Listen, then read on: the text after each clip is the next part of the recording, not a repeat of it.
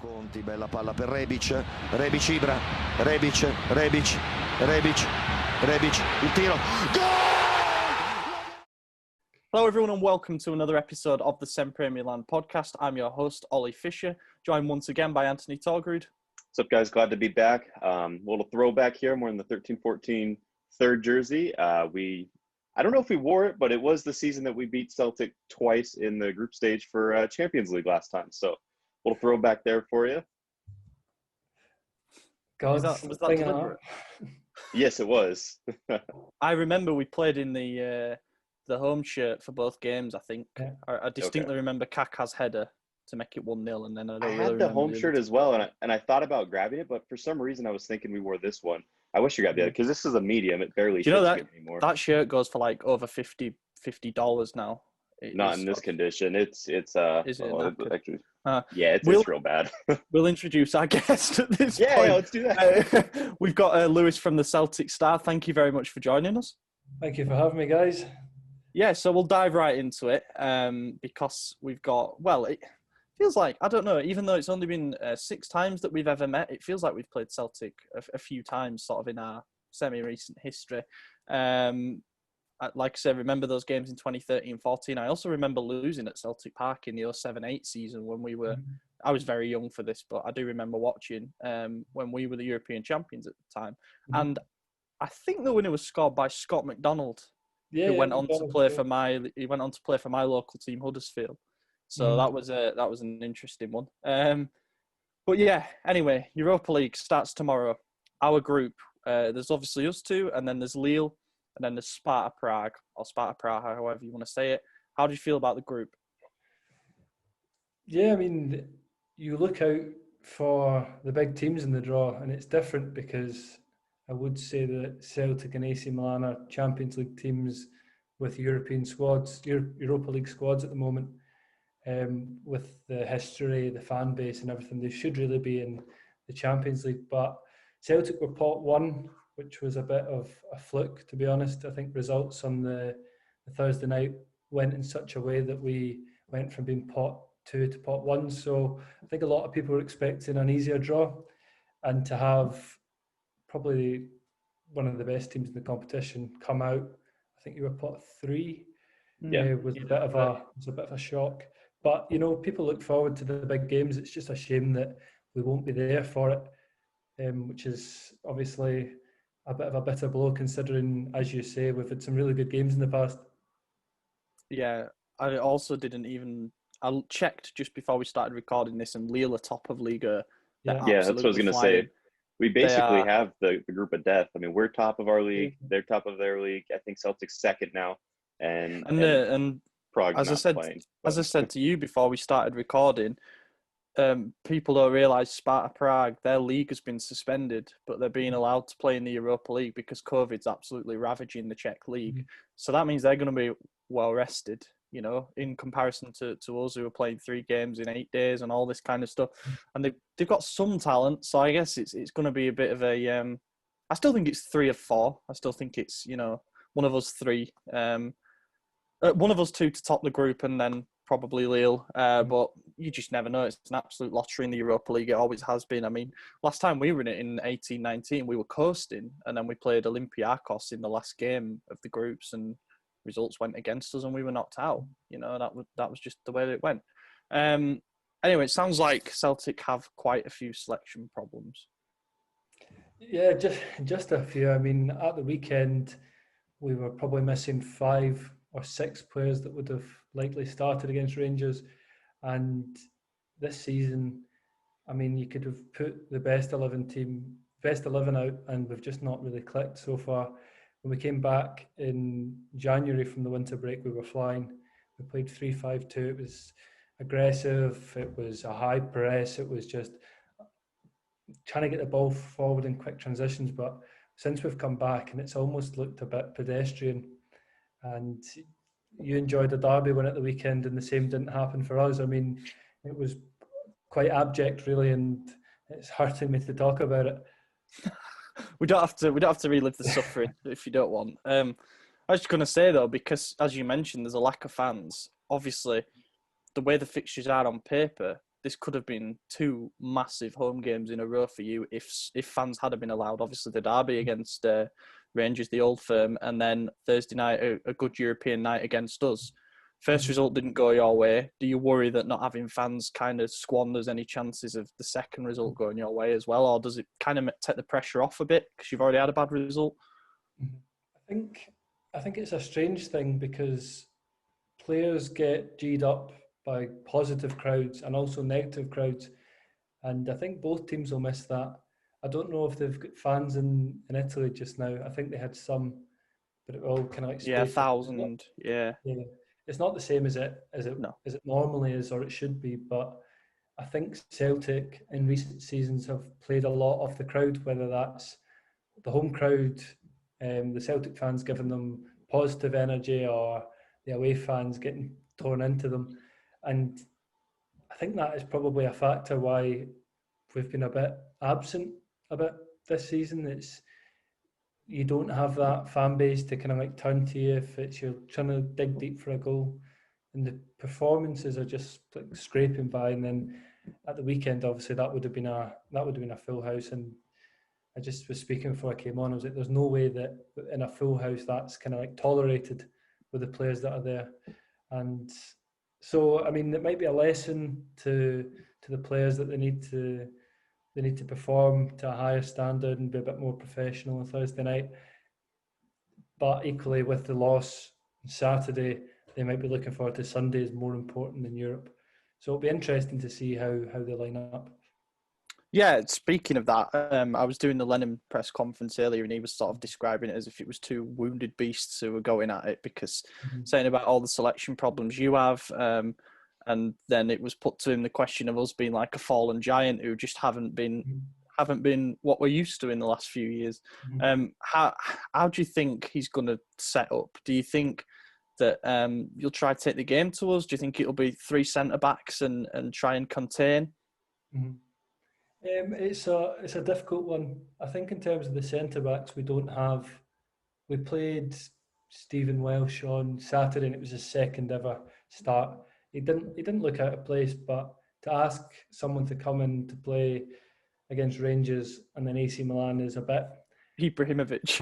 Yeah, it's a bit of a big ask, and it could dent his confidence if Zlatan ragdolls him for 90 minutes. And you've seen him do it to better and more experienced defenders, so it's not out with the realms of possibility. So I would prefer a flat four at the back. And I don't think teams really, take it to each other anymore. A lot of times since the football's come back after lockdown, it's teams, they take the ball and they kind of pass about because they don't have that surge from the crowd. So I said it earlier on, I think it'll be a cagey affair with not a lot of goals. I think Celtic will try and win set pieces against you and target guys like Shane Duffy and Chris Ajer in the box and try and get ahead that way, because you've got a lot of good players. I mean, Frank Kessie, who you spoke about earlier on, he's a football manager dream. Everybody kind of knows of him, and whenever I've watched him, I've just been like, how is he running? And it's like 90 minutes, and he's just everywhere. So the wounded giant thing, I think they are two big teams, and they've both got a few injury problems. But when it comes down to it, it's a competitive game. They're professionals, and they can't really use it as an excuse if they've got players out there playing. They shouldn't have an excuse in terms of why guys aren't there, because there's other guys that are going to come in. Yeah, absolutely. And I think the thing is for us as well is that we'll have a couple of the older guys out. And I say older, Rebic and Çalhanoğlu are 26 and 27. But that gives a bit of opportunity to two younger guys. We've got Brahim Diaz on loan from Real Madrid and winger called Hauger, who we signed in the summer, and Rafael Leao. We've got players who are going to step up, but I think perhaps a bit of rotation, especially if there's rotation in defence and midfield, might kind of. We saw it basically. We struggled in the third qualifying round against Rio Ave in Portugal, and that was when we made quite a few rotations and played the younger guys. Just looked like it wasn't clicking, especially against a team that were very clearly happy to try and take the game to extra time, So interesting. If I was to give any advice, I'd say if you keep it solid, then we're going to get frustrated. But especially because our style is to like win the ball back with high pressing and then hit on the counter. If that isn't there for us, then I think we're going to be quite frustrated. But see how it goes with the lineup and everything. Mentioned the back four. Would Diego Laxalt be in that? And well, first of all, what do you think of the signing? I was quite pleased with the signing. I remembered him from the World Cup a few years ago, and I think that was maybe more to do with his hairstyle as opposed to his level of performance. But he's quite a tenacious player, and you see him get forward a lot. You saw it when he was at Genoa, and he's a kind of player that we needed in that position. I don't know if he'll play him if he wants to kind of shore up the defence. Greg Taylor's probably a more defensive option, and if I envisage Milan will have a lot of the ball, then you probably want someone that's played a lot of games, and he's not recently. So I was happy with the signing, but I don't know if he'll play tomorrow. It really depends how Celtic set up, and it's been anybody's guess recently how the manager chooses to set up. He did. He was up in front of the media, wasn't he, Laxalt, earlier, and he said sort of like, "Oh, I know these guys. I'll be able to tell you how to play against them." Be interested what he has said inside the dressing room. Not that, he came back from. We cut short his loan at Torino. He hadn't played too much there either, and then he came back for the second half of last season and barely played again. It's been same old tale for him over the last couple of years, actually, since he joined us. But I thought it was a good loan move for him. He should. I really think he should excel with his skill set in the SPL. He is a nightmare when he gets in the right positions. He's pretty combative, and also he just covers so much ground. He's a wing back by nature. Like his heat map will be all along that left side. So I hope it's a good move for him to get his confidence back, and then we either sell him, be it to you or to somebody else. And then, we'll see. Another defender we've been linked with quite a lot, including today. One of the Italian papers, Tutto Sport, has said that tomorrow night's going to be kind of an audition in a way, like to see Chris Ajer. Like when you saw we were linked during the summer, first of all, were you surprised? And second of all, what do you make of the fact that we're in for him? Not surprised. He's quite an ambitious guy. He's quite a clever guy. He was very friendly at Celtic with Stuart Armstrong, who obviously went to Southampton. And I think that he rates himself quite highly. He got rid of his agent in Norway and signed up to a Dutch football agency that Memphis Depay signed up to. So he's quite a tenacious guy, and I think he wants to be considered as one of like the golden generation of Norwegian football in this kind of same bracket as people like Haaland and Odegaard. But talent-wise, I think he's a very talented guy, but he tries too much, and I think that's what some Celtic fans can kind of get on at him about. It's knowing when to play the right pass, but I think it just comes with experience. He's 21, 22 this year. And I think he's got a good move in him. I wasn't surprised when AC Milan were kind of touted for him because it's a good move for him. But I think he kind of sees himself in England, and looking at someone like Van Dijk, who went from Celtic to Southampton to Liverpool. I think he maybe sees himself in that mould. But if it's around the 20 million mark, I think it's good business from both parties, because in the future, I think he'll sell on for a decent enough fee. Yeah, you forgot one move there in Van Dijk's career after Liverpool. He went to the hospital. Yeah. Oh. We might have to cut that out. No, we can't. We can't cut that out. No, I wasn't surprised either, because I think we'd even been linked before that, to be honest. He's one of those names that, before I started doing this full time, I used to write a lot about Premier League clubs, and he was always one of those names that was mentioned, especially around clubs like Southampton.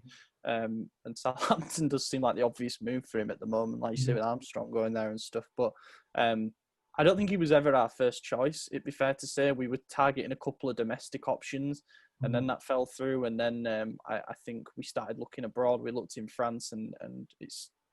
I mean, I think he actually confirmed it. Did Ajer that we were in for him in the summer? But it'd be interesting to see if he does impress in the 2 group stage games. Then who knows? It might be enough to convince Maldini, who's obviously going to be there watching both games, and we kind of trust his judgment as one of the best to have ever played the game. So yeah, we'll see. Anyway, final thing: score prediction for the game, and yeah, any goal scorers.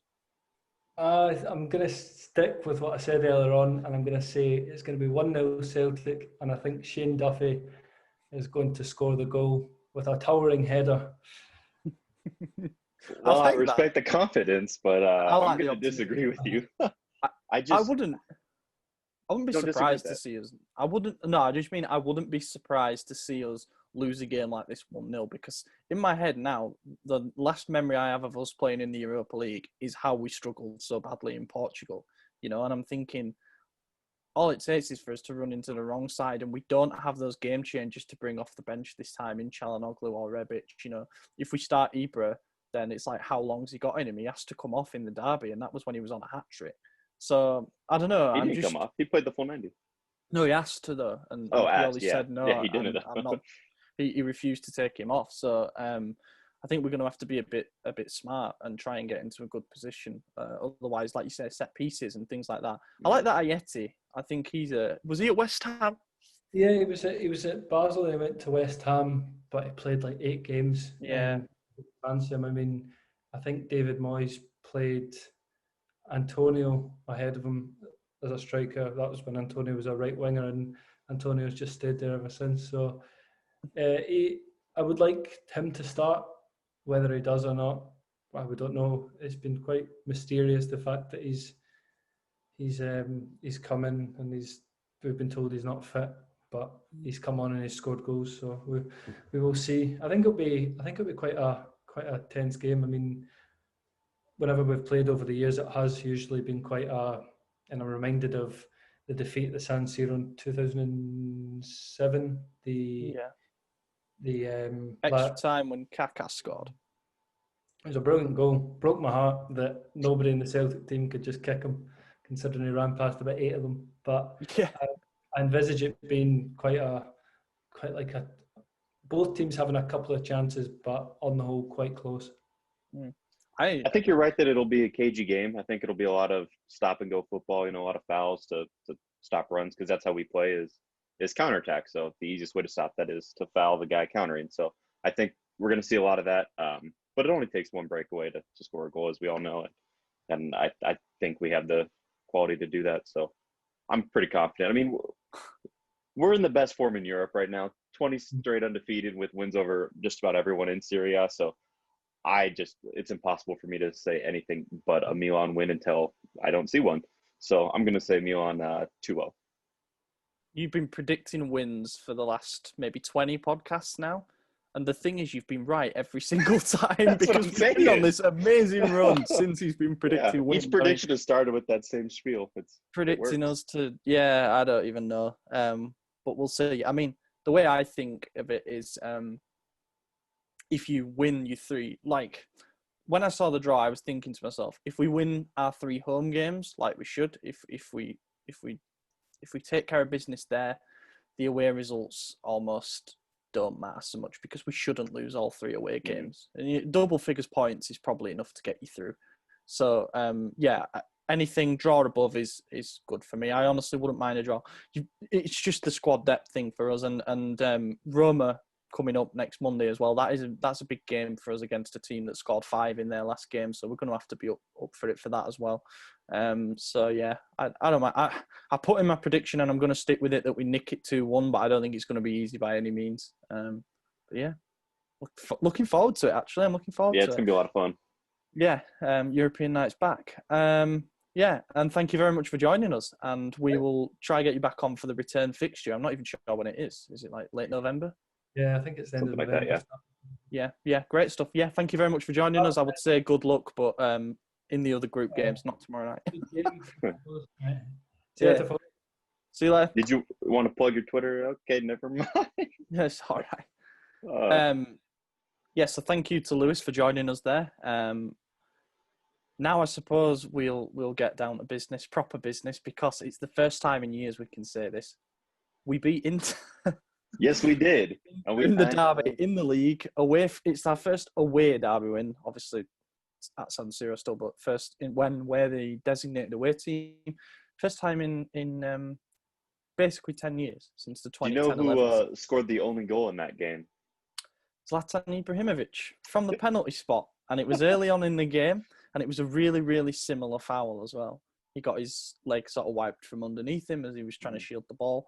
I said that as soon as it happened, and I was watching the penalty, it came flooding back, and then obviously any chances of it being perfectly repeated were kind of gone when he scored the second goal. But I had a feeling he was going to miss his penalty for some reason, but and this is kind of irrelevant because he scored a follow-up right after, and then immediately, or not immediately, but 2 minutes later, whatever it was, scored a second. While he was making that run, he had a perfect pass to Leao to be wide open in the box. Do you think he made the wrong decision by holding on to it and then subsequently, obviously, winning a penalty? Or do you think he should have passed it anyways? I while watching it, was like, pass the fucking ball. What are you doing? But then he won a penalty and was like, all right. To me, it almost looked obvious, like it was a foul. It was a clear penalty. But it took Zlatan a few seconds to go down after he was hit. And so to me, it was like, I don't know. I was a little iffy. Maybe the ref wasn't going to give it, That was my thought. Obviously, he did, so it's an afterthought. But personally, I think he should have passed it. What are your thoughts on that? So I was glad when they showed the slow motion replay of the penalty incident and you could clearly see that there was contact from Kolarov. I was glad because that means that they weren't going to overturn it. But you're right, it did seem to kind of go down in installments, after the contact. And that a 6'5" bloke, he doesn't actually go down like that under that amount of contact. So good bit of play acting, I suppose. But I think the chance itself had opened up for him. And if anything, he almost stifled it himself by slowing up a bit and allowing Kolarov to come in. He won the penalty, that's fine. But I think he had a chance to shoot himself, albeit on his weaker left foot. And as you say, he also had the chance to slide in Leao and didn't do that. All's well that ends well, I suppose. Right. And the penalty, for what it's worth, it ain't going to get a mention, but it was a poor penalty. And he was very lucky that it was one against Lazio. The one against Lazio away where it hit the inside of Strakosha's hand and went in. It felt like another stroke of luck, a bit like that. That's how Zlatan takes penalties. That's no secret. He scored, I think, 80 like that. I mean, he's always done bottom left. But I think he's missed 2 of his last 3 for us doing that now. And this one, obviously, he was lucky to get the follow-up tap in. But the first one that he missed, he didn't get it. Now, I think he scored in that game like 10, 15 minutes later as well. So, again, all's well that ends well. But just going back to the original point, I think you're right. I think he did stifle that chance. I think he saw an opportunity to shoot. He didn't take it in time. And his intention was not, let me slow down and win a penalty. He just saw an opportunity, took it because he messed up the opportunity to shoot. Which is kind of an elite level thing to do when you recognize you've lost your choice or your chance. Yeah. But the smartest, most intelligent thing to do would have been to pass to Leao, in my opinion. Yeah, I don't want to get too bogged down in the negatives of that particular chance, but I think you're right. I think a lot of people will have missed it because, again, it's a means to an end. The bottom line is the ball ended up in the back of the net and we had an early lead. I mean, if you can criticise his decision-making or his movements on that particular chance, you couldn't criticise him 3 minutes later because he just absolutely outsmarted Kolarov. If you watch the entire sequence of that play, let's start from the very back. I mean, winning the ball back in that right near the corner flag of the pitch. Calabria did so well. And then Salamakers, he's going to go under the radar for his incredible work to just, knock it round him and sprint on. Into Çalhanoğlu, over to Leao. As soon as the ball was over Leao's feet, I kind of thought, and this might sound bad, I kind of thought the chance had gone a little bit because we'd taken it too wide, and we looked to have bodies running through the middle. However, Leao against D'Ambrosio, who was out of position as a right-sided centre-back, was only going to go one way. And once he did that feint, and then it looked like he was going to fall over, but he did that bit of thing, and then he dropped the shoulder and went burst past him. Again, Leao won't get the credit for that absolutely gorgeous assist. I mean, he obviously gets credit on the stat sheet, Right. but it doesn't tell you how good it was. It was a perfectly, if you see it from the right angle, it was bent perfectly around the defenders that were there. Ibra's little decoy had dragged Kolarov. He should have dropped a bit further back to block the ball coming in, but he was conscious that Ibra was still on the penalty spot, and he'd actually dropped off. And yeah, it was beautiful. We've actually seen that exact same play from Leao last season in the first half, where same position, same little step over feint thing, edge of the box, same cross. The only difference was at the end of it that time was a Piontek header straight into the sky, as opposed to a Zlatan volley into the goal. But we've seen it before from him. So wasn't it against Inter that he did that as well? I think it was, but I didn't want to name it because I couldn't remember. Yeah, I think it was. He did the little and beat him to the byline and stood across up. So it was slightly different, but yeah, exact same kind of play, just getting in isolation with his man. And he's got so much pace, and he's got trickery. You know, sometimes it doesn't look the most polished, but he gets past players and he creates problems. And I'm looking forward to seeing him if he does start tomorrow night, and he'll probably then start against Roma as well. It's a nice run of games for him, but I thought he was really good in this particular game. He just kept causing problems. He was the one who actually got the better of Hakimi, really. And then Hakimi got the better of Teo in turn. But it was... When Lukaku scored, I was shitting it because we were 2-0 up in the derby at half-time last season. And I thought, they've got one back even earlier this time.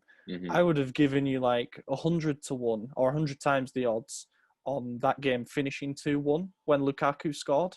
Yeah. But it just kind of passed without incident. I mean, they had a couple of chances. Lukaku should have done better with that toe poke at the end. Hakimi should have scored that header when he got in the back around the back of the defence. Are you talking about the back heel from Lukaku in the last second there?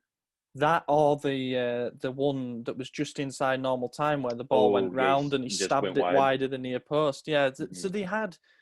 I wouldn't describe those as absolute clear cut, but they had good opportunities. Yeah, and so did we. I was on the edge of my seat. I was nervous. I was absolutely thinking like, oh no, here we go. The whole time I thought we need 3 goals to win this. In fact, that was my prediction, was a 3-2 win. So it was nervy, but the most exciting, at least first half of football that I had watched from us in a long time. And the second half was great too. It was like finally playing without fear in a fixture like this. We'd seen it for 45 minutes in the 4-2 defeat, but we played with fear for the entire second half of that. This time, I really feel like we had those couple of chances to make it 3-1, and that would have killed them off. Yeah, I agree. We talked with Richard, and we talked about this afterwards, me and you, but we talked with Richard about how Inter had so many selection problems. In hindsight, probably only one of the starting lineup, perhaps 2, would have been different. Whether you think, I argue 2. You think it was just 1? I think Skriniar would have got the chance just based off how many games he's played this season already. But looking back on it, you know, you and I have already had this discussion, but for everyone else, out of the 4 season games that Inter have played, they had 4 clear-cut starters missing in 2 of them, 3 in 1 of them, and only 2 missing at most in our game. But the narrative leading up to this was they were missing 6-7 players. There's an asterisk next to this game, blah, blah, blah, blah, blah.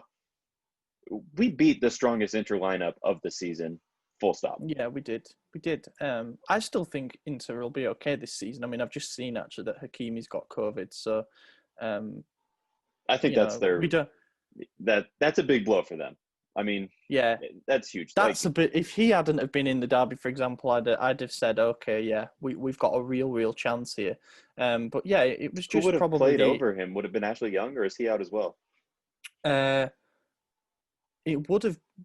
Well, I don't even know. Maybe it would have been Young was out with COVID. Maybe Ranocchio would have started in the back 3, and then they'd have moved on the side. Or did have moved D'Ambrosio out to play right wing back.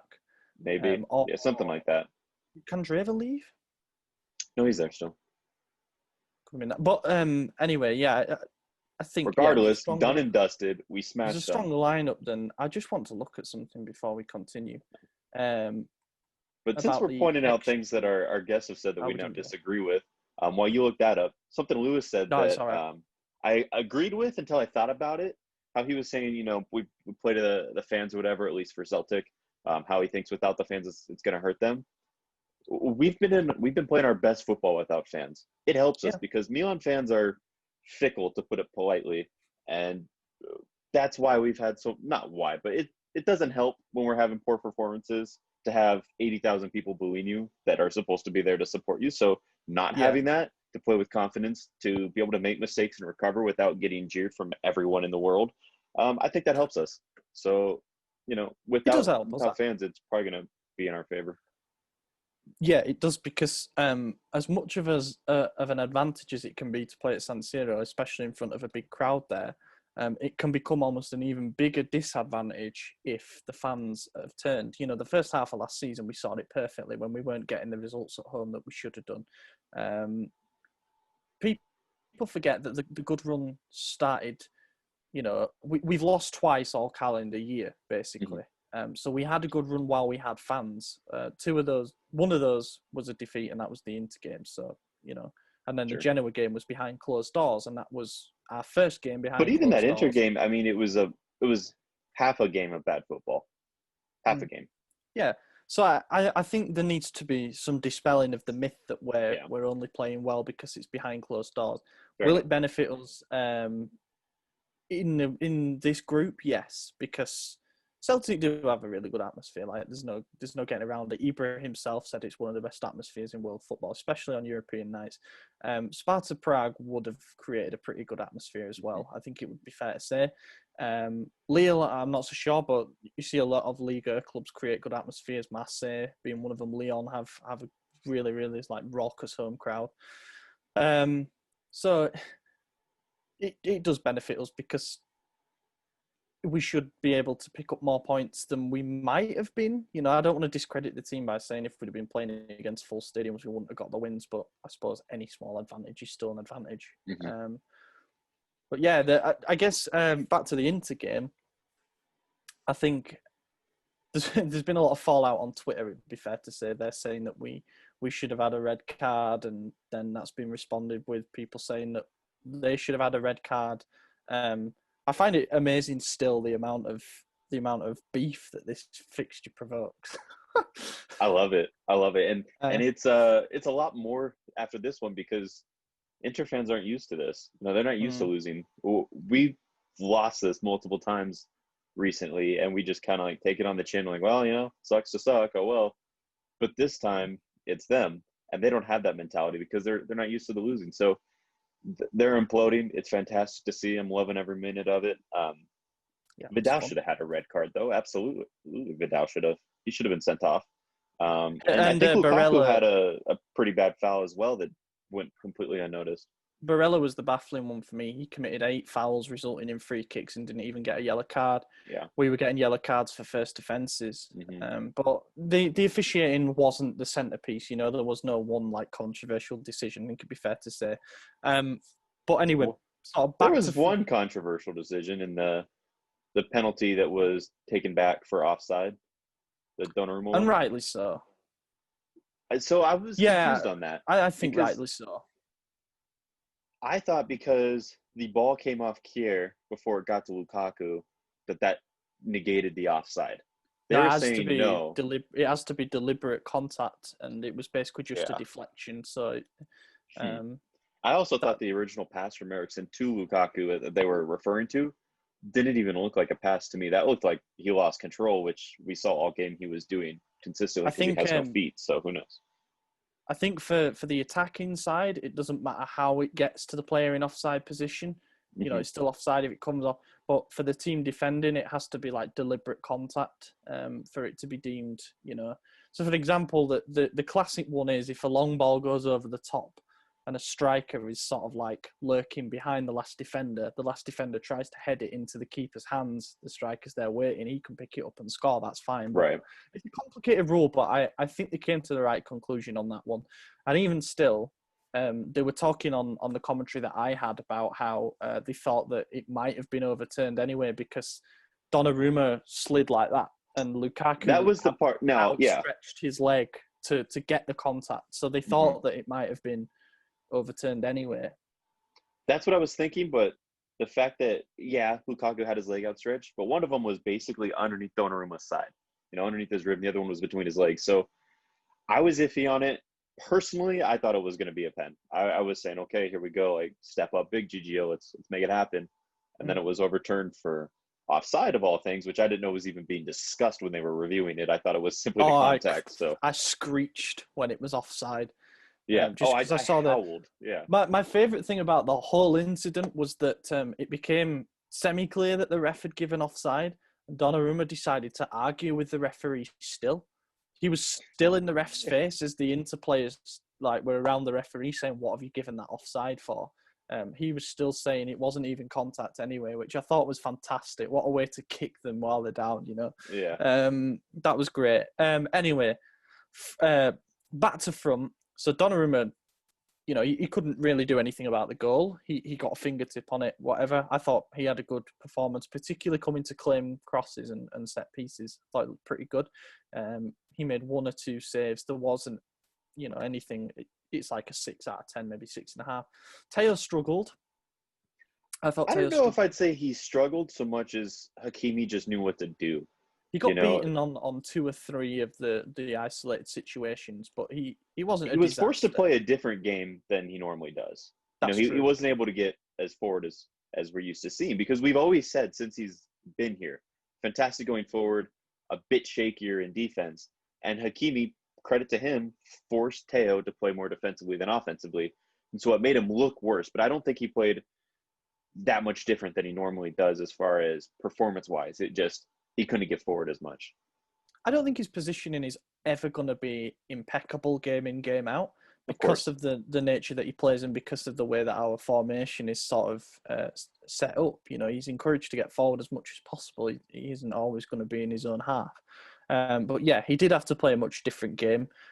He didn't pass the test with flying colours. That's all I'll say. He got beaten on a couple of the duels that he had down on the touchline, but he didn't give away a penalty or anything, so it wasn't a disaster. Romagnoli looked a little bit rusty to me in that first half. Of course. He let Lukaku get the better of him. Kind of switched up the assignments in the second half, and I thought Romagnoli looked a lot more comfortable, even though they had more chances in that second half, or more clear-cut chances anyway. We just didn't stop the supply to Lukaku and Lautaro in the first half at all. And I thought Romagnoli didn't get in front of his man enough. But first game back after 3 months, exactly, a big game that he struggled in against those 2 guys. Again, no disaster. It wasn't a disaster. I mean, look, Kier's been our best defender for some time now. That's no secret. But I'm not going to sit here and slate Romagnoli, who, like you said, has been out for 3 months, comes back for arguably the biggest game of the season. It wasn't the best performance, but you can't expect the best performance. He's been injured, like seriously injured. He's missed months after months of games. I'm giving him a pass for that. I've seen a lot worse performances from a lot more fit players. So, anyone giving hate to Romagnoli right now needs to shut up. Absolutely, yeah. I mean, he's the club captain for a start, but we've seen worse performances from a fully fit Romagnoli in this fixture. So I think anybody who's saying that he wasn't up to it probably needs to manage expectations a bit. He'll get there. Celtic is a nice game, and then a few days off, and then Roma's a nice test again to see where we're at, sort of against a marksman in Dzeko, for example. While we're on the defense, though, I do want to point out one thing. Most of our attacks come through the left. Teo was almost neutralized, and we saw the right side step up. Both goals came from either Calabria or Salamakers or a combination. That's great. That's what we said every episode of this podcast over the summer. We needed to replace our right back. We need a new right back, new right wing. And here we are with our right back and right wing that we all almost unanimously agreed needed to go or get a replacement or some competition or something, stepped up and won us the game. So props to them. Hats off. Calabria was fantastic. I've been on the hype train all summer. I'll keep reminding people when people said sell him for 5 million, 10 million, whatever. If you're serious about competing for European competitions for top 4th place, you keep your best players. And Calabria has shown us what he's capable of under that run under Gattuso, where we were barely conceding any goals. You know, he's got receipts to show that he can step up to another level, and he's doing that so far this season. He's almost getting better with every game, I think. Anyway, he had a little lapse of judgment towards the end from that long throw where he ended up sort of putting the ball into a more dangerous area, but I ain't going to hold that against him because he did so much well. You know, isn't easy marking Perisic because he's a left wing back, but let's be honest, he's a left winger, so he was always going to get into dangerous forward areas. Mm-hmm. Did a decent job of, you know, their goal was a weird one in my opinion. It was a good switch from Hakimi over to Kolarov, who had taken up a position that I don't think anybody in our defence expected, and then the slid through ball went and the cross. You know, that was just a little bit of us being caught in transition. Mm-hmm. And also, you know, that last minute thing there, with seconds left on the clock, the ball's in your box, it's coming straight to you. You're just going to boot it. You just boot Anybody panics, yeah. Yeah. It's just one of those. Time, every player, world class or not, they're just going to sometimes deliver it bad when they're just kicking the ball to get rid of it, you know? It is what it is. Yeah, and you see, I always think about last-minute situations. It's almost a mini-game within football because you see the best football teams in the world, like, you know, Man Cities and Liverpools, who are looking for that last-minute goal. They all play long ball.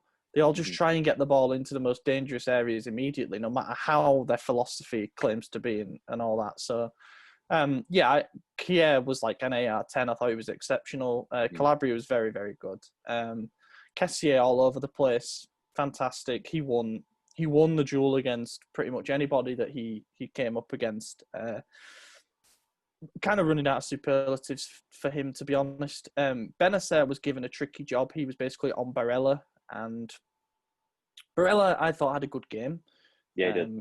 He squandered a chance, but I thought he had a good game. He's a tricky customer, you know. When he plays that playmaker role, I don't think people realize how well he can do it, given that he's used to, or he tends to play more of a flat midfield. But he's so good on the ball, and he's got that vision, and he knows how to take up dangerous positions.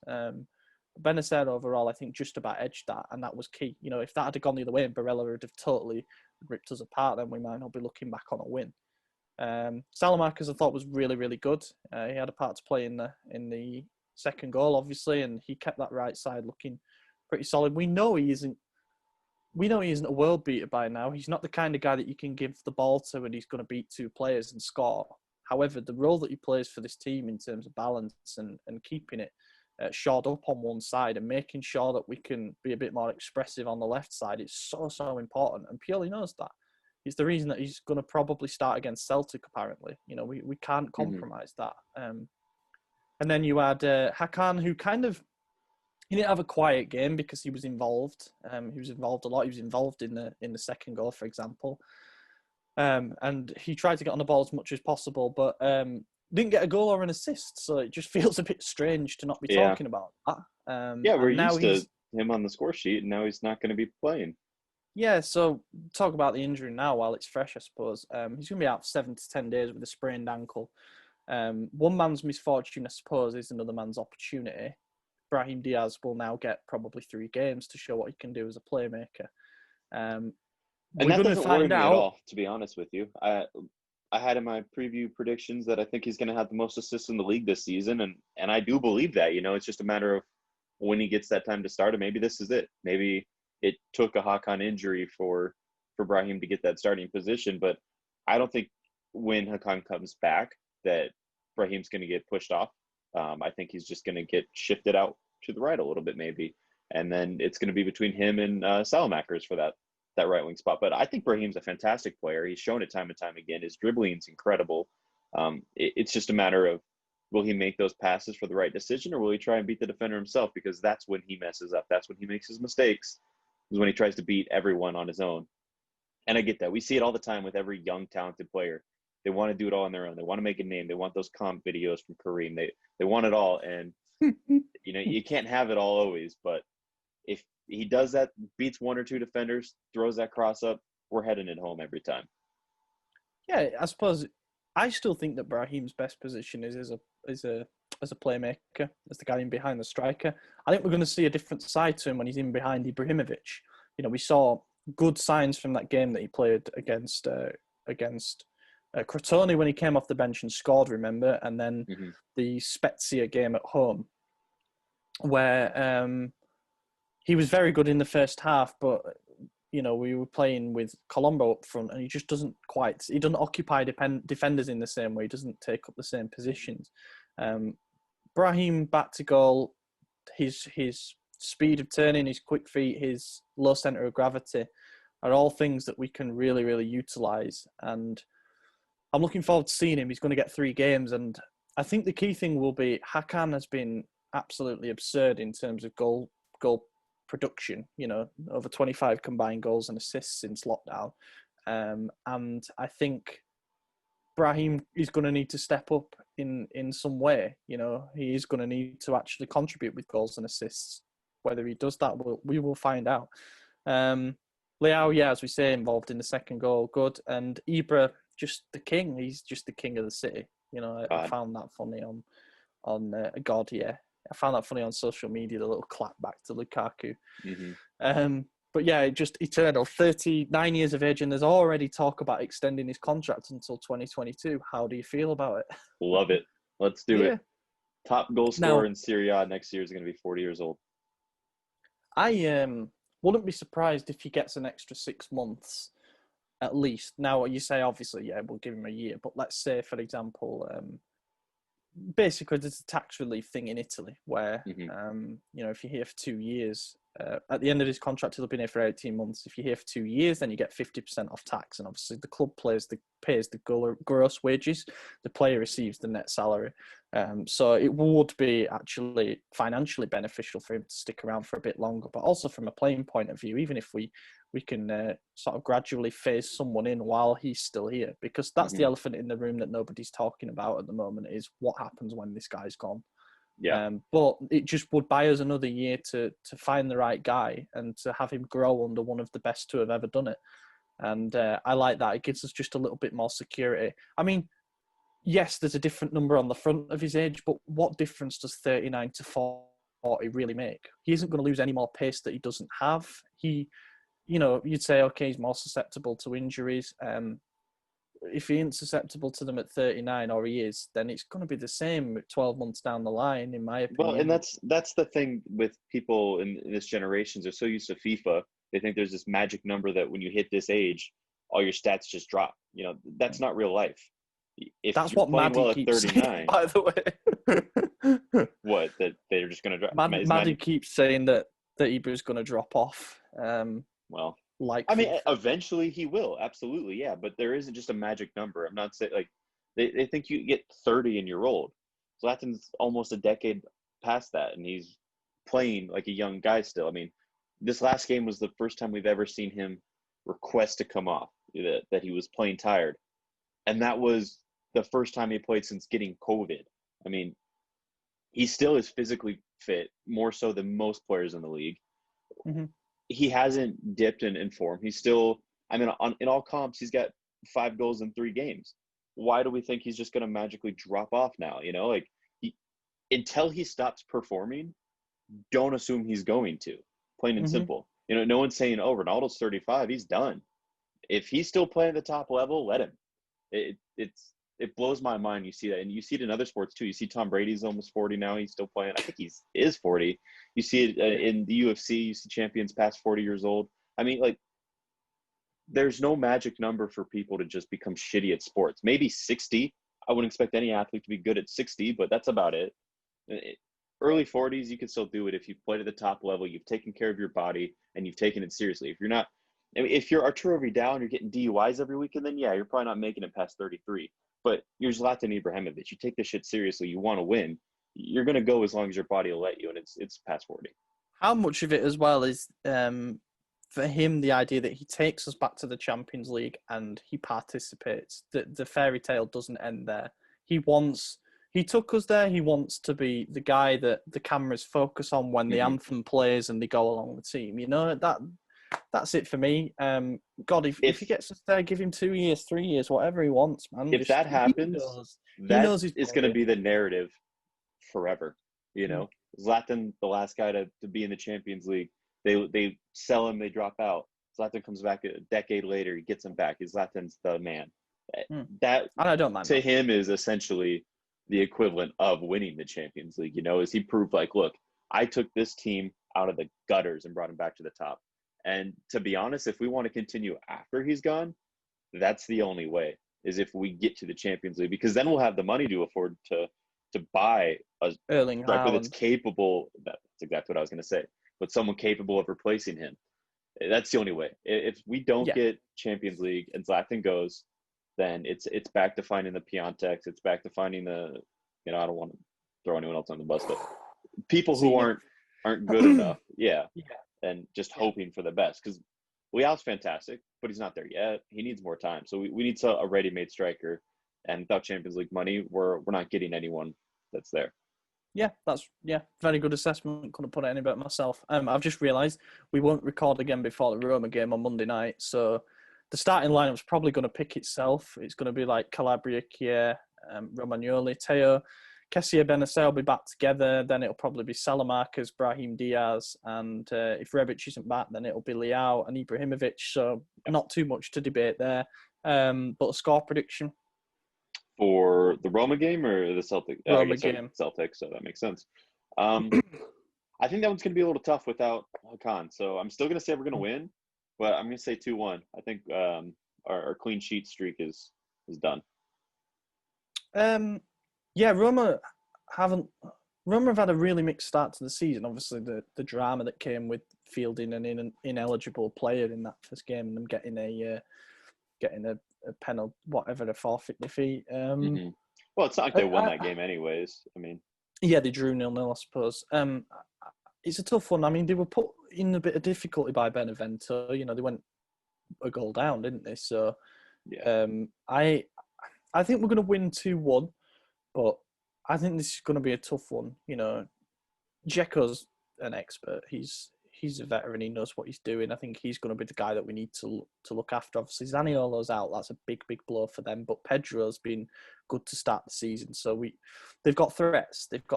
So we'll see. But I think that's going to be a good game actually, because Roma scored 5 in the last game. It's two teams that seem to want to go out and take the game to the teams. So we'll see. And we'll finish with a couple of questions.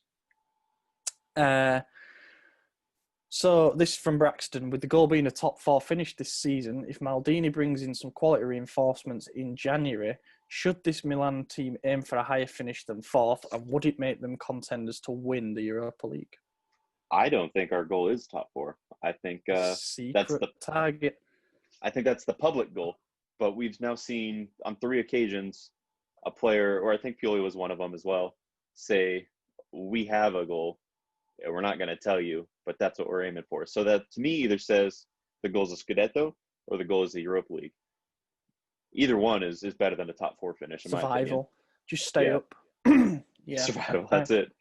Yeah, just got to stay up. So to answer the question, yes, I think we're aiming higher, and we're absolutely going to bring in reinforcements in January. I think we're going to look for players like Dalvin who could be on a free and try to get them earlier, really cheap.